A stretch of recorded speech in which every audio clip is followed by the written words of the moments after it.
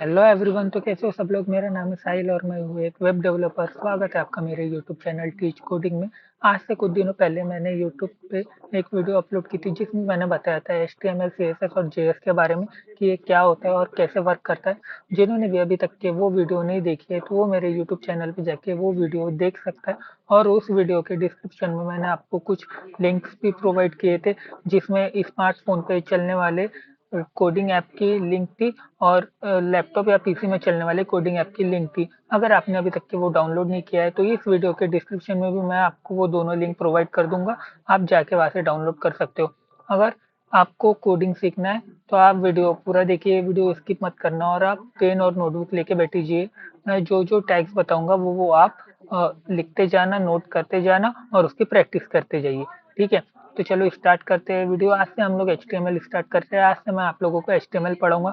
जिन्होंने भी वो ऐप डाउनलोड किया है, जिन्होंने भी वो ऐप ओपन किया होगा तो उनके सामने तो पूरा इंटरफेस आ गया होगा ये HTML का। और जिन्होंने भी VS को डाउनलोड किया है और ओपन किया होगा तो उनके सामने कुछ भी इंटरफेस नहीं आया होगा, ऐसा ब्लैंक पेज आया होगा जैसे अभी मेरे सामने है।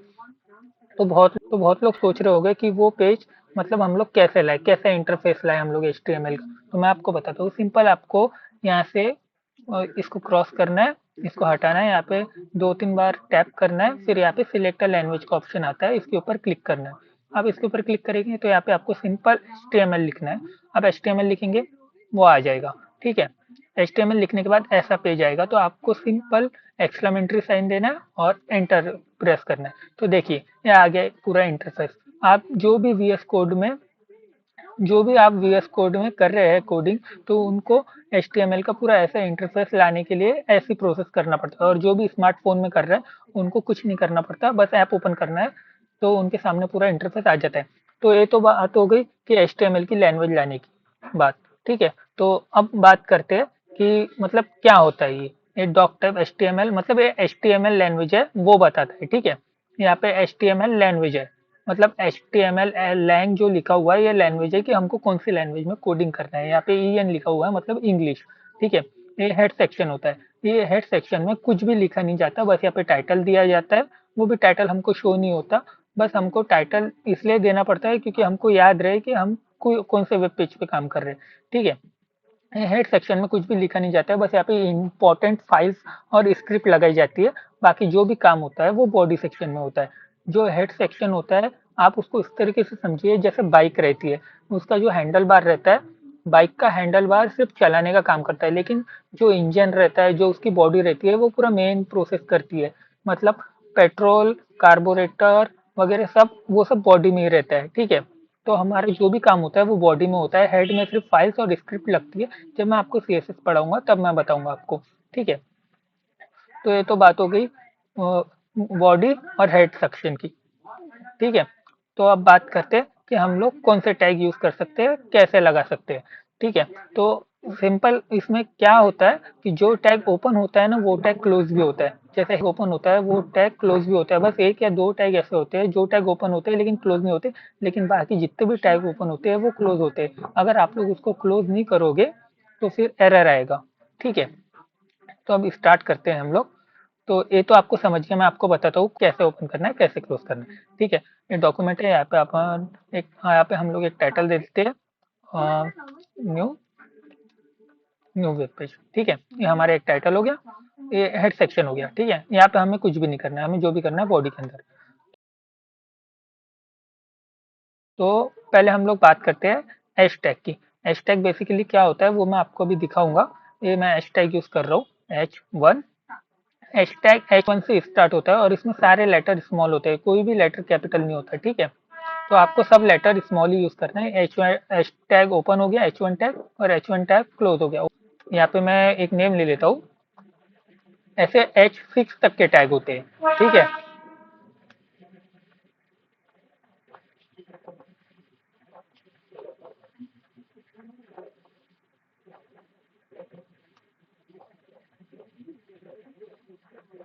H3 टैग ओपन क्लोज, फिर उसके बाद H4 टैग ओपन क्लोज, उसके बाद H5 टैग देखिए ये मैंने गलती किया है, यहाँ पे बॉडी के बराबर में लिखा, आपको सब बॉडी के अंदर लिखना है, बॉडी के बाहर कुछ भी नहीं जाना चाहिए, सब कुछ बॉडी के अंदर ही आना चाहिए। ठीक है, तो आप लोग अगर ऐसी गलती करेंगे तो एरर दे देगा, वो नहीं आएगा वहाँ पे। ठीक है, वहाँ पे उसका आउटपुट शो नहीं होगा, इसलिए आपको ऐसी गलती नहीं करना है।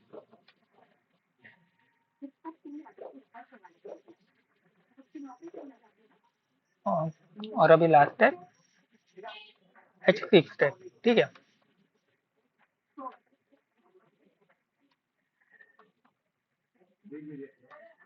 ठीक है, तो ये 6 टैग हो गए। जो भी मतलब लैपटॉप या पीसी में कर रहा है ना, तो उनको यहाँ पे सेव करना पड़ता है। ठीक है, तभी उसका आउटपुट दिखाता है। अगर आप इसको सेव नहीं करोगे ना, तो आपको आउटपुट नहीं दिखाएगा। मैं यहाँ पे सिंपल सेव कर लेता हूँ, हो गया सेव। अब इसका आउटपुट चेक करते हैं हम।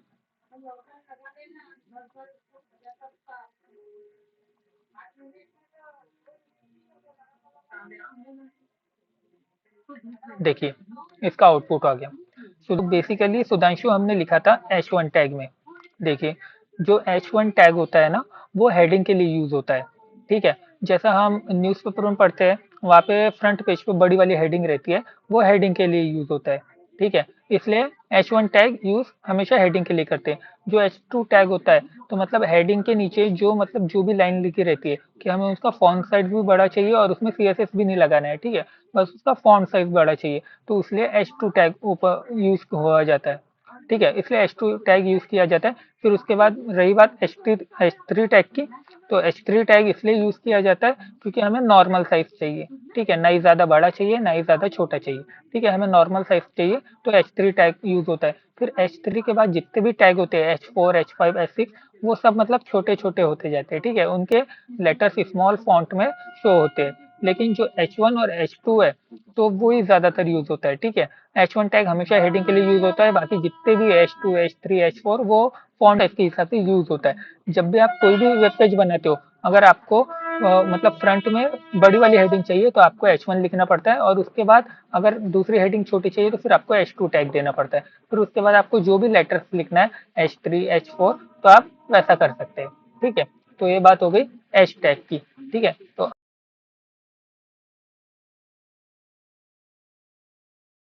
ठीक है, तो अब पैराग्राफ टैग की बात करते हैं। पैराग्राफ टैग मतलब जब भी आप कोई भी सेंटेंस लिखते हैं, मतलब जैसे आपने कुछ भी मतलब बड़ी वाली हेडलाइन लिख ली, ठीक है, H1 टैग देके हेडिंग लिख ली, फिर उसके नीचे आपको कुछ भी पैराग्राफ लिखना है। ठीक है, समझो 8 लाइन का हो या 10 लाइन का हो, वो सब पी टैग में आता है। ठीक है, वो सब पी टैग में लिखा जाएगा, आपका जो भी पैराग्राफ होगा। अगर आप पी टैग नहीं लिखते, तो फिर अगर आपको जो भी इनमें से टैग देना है, जैसे H3 टैग देना है, H4 टैग देना है, H5 देना है, तो वो भी कर सकते हैं। जैसे मैं यहाँ पे देता हूँ H2 टैग देता हूँ, तो भी वो दिखाई देगा। लेकिन पैराग्राफ टैग में बहुत ईजी होता है, वो इसलिए क्योंकि आपको उसका फॉन्ट साइज ज्यादा चेंज नहीं करना पड़ता, वो अपने आप नॉर्मली आ जाता है। देखिए H टैग में आपको इतना बड़ा दिख रहा है H2 टैग में, और जब मैं आपको यहाँ पे पैराग्राफ टैग दूंगा, तब देखिए उसका फॉन्ट साइज, ये दिया मैंने पैराग्राफ टैग यहाँ पे, और ये यहाँ पे, इसको किया सेव सिंपल, और ये देखिए। ठीक है, आ गया पैराग्राफ टैग में। जब आप उसको H2 टैग दे रहे थे तब वो बड़ा दिखाई दे रहा था, और जब आपने उसको पैराग्राफ टैग दिया तब वो नॉर्मल ऐसा दिखाई दे रहा है। तो जो भी नॉर्मली हेडिंग के बाद जो भी पैराग्राफ लिखा जाता है, उसको हमेशा पी टैग में दिया जाता है। ठीक है, कभी भी उसको H2 H3 टैग में नहीं दिया जाता। पी टैग इसलिए बहुत यूजफुल होता है पैराग्राफ के लिए। ठीक है, तो अब ये हो गया पी टैग की बात। ठीक है,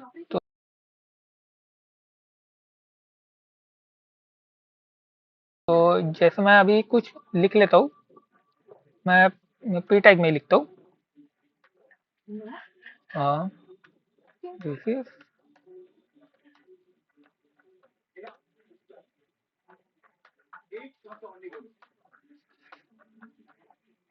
ये मैंने लिख लिया, पैराग्राफ टैग में लिख लिया।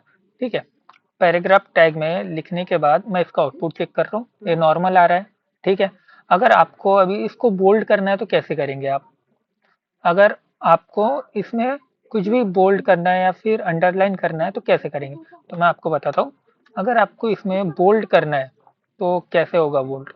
ठीक है, तो बोल्ड इसको कैसे किया जाता है? बोल्ड मीन्स होता है डार्क, मतलब हाईलाइट होता है। ठीक है, तो कुछ टैग ऐसे होते हैं जो ओपन होते हैं लेकिन क्लोज नहीं होते, ठीक है। तो वो टैग के बारे में मैं आपको पढ़ाऊंगा। ये बोल्ड टैग है। ये बोल्ड टैग ओपन भी होता है, क्लोज भी होता है। जैसा मैंने कहा हर टैग ओपन होते हैं, हर टैग क्लोज होते हैं, ये भी उनमें से एक है, ठीक है। देखो मैं बोल्ड टैग ओपन किया, यहाँ पे बोल्ड टैग क्लोज किया। अब देखते हैं क्या आउटपुट आएगा। ये देखिए पूरा this is a new web page get ready to output, ठीक है। जब मैंने यहाँ पे रेडी के पहले बोल्ड टैग लगाया और टू के बाद में बोल्ड टैग क्लोज किया तो ये ना बोल्ड हो गया, मतलब हाईलाइट हो गया। आप लोग को दिख रहा होगा, ये देखिए ये हाईलाइट हो गया। अगर मैं बोल्ड टैग नहीं लगाता हूँ, अगर मैं बोल्ड टैग हटा देता हूँ तो देखिए इसका आउटपुट फिर से जैसा का वैसा, ठीक है। तो ये यूज होता है बोल्ड टैग का। बोल्ड टैग मतलब होता है हाईलाइट करने के लिए। हम लोग कोई भी चीज को हाईलाइट कर सकते हैं आराम से, ठीक है। अ,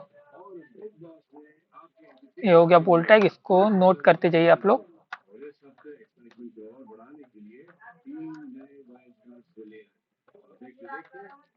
ये बोल्ड टैग है, बोल्ड टैग हाईलाइट करने के लिए, ठीक है। इसके सामने हम लोग बोल्ड टैग लगा देते।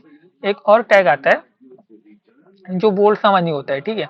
उसमें और बोल्ड में कुछ फर्क नहीं होता, उसके बारे में मैं आपको बताता हूँ। ये देखिए बोल्ड टैग का आउटपुट, ठीक है। ये मैंने बोल्ड टैग के अंदर लिखा है ऊपर, और ये भी मैंने बोल्ड टैग के अंदर लिखा है, ठीक है। ये उसका आउटपुट हो गया।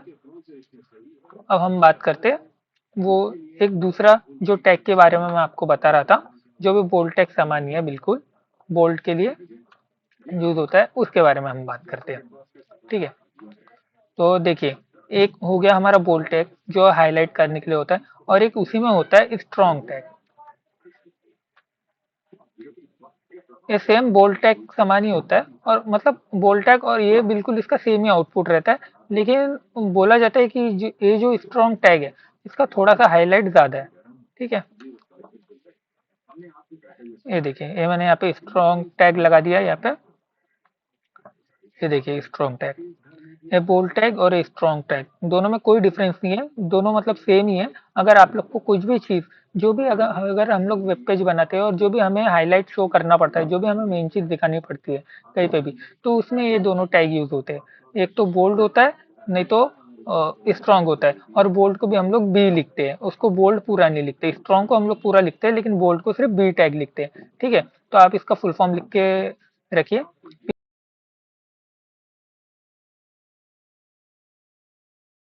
के बाद बात करते हैं अंडरलाइन की। जैसा मतलब हम लोग हमारे घर पे सभी के घर पे न्यूज़पेपर आते हैं, ठीक है। तो उसमें ना कुछ जो ऐसे वर्ड्स रहते हैं पैराग्राफ में, उसमें अंडरलाइन की हुई होती है। जैसा मैं आपको बताता हूँ,